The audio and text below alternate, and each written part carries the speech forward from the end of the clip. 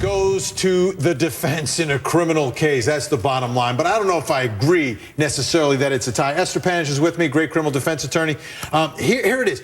He's asking her yes and no questions. She's not giving yes and no answers.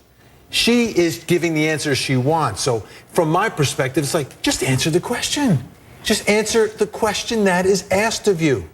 Just like in life, sometimes there just aren't yes or no answers to things. You have to be able to explain. And in a criminal case, normally the witness has to give initially a yes or no, but is always allowed to explain. But she's not doing that. And from my perspective, I give the nod to Juan on that because he calls her on it every time. He says, are you having trouble understanding me? Yes or no? And he doesn't let her get away with it in front of the jury. I believe the jury will take that as, you know what, this is a witness who doesn't want to answer the question because she doesn't like the answer. I think that what the jury's going to see is that she cannot be pigeonholed into one or the other. But just like most things, that there's a continuum, and she needs to be able to explain herself. She is an expert. A lot of her questions just cannot be answered with a simple yes or no. All right, let's talk about credibility, right? Because her credibility is key to Jodi Arias' credibility. Her story and her explanations, everything else, that she's a victim, relies upon her credibility. And, as she's going on longer and longer not answering these questions, I believe that she doesn't give the answers that she gives that he wants because she knows that they're going to hurt her, like the keynote speech.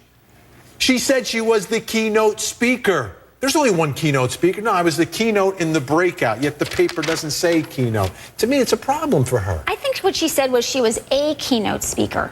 Now, how many keynote speakers are there? Isn't there usually just one? In my experience, am I crazy? No, you're definitely not crazy. But in my experience, there's generally one. Now, maybe in this particular event, she was told, you are the keynote speaker for the breakout session. We weren't there. Really, this is a whole lot of nothing. Who cares? It really doesn't matter if she was the keynote speaker, if she was the second speaker, if she was the last speaker.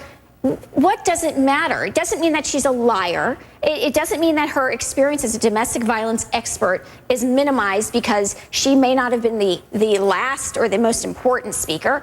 Does it really matter? I think Juan Martinez is just going overboard yet again.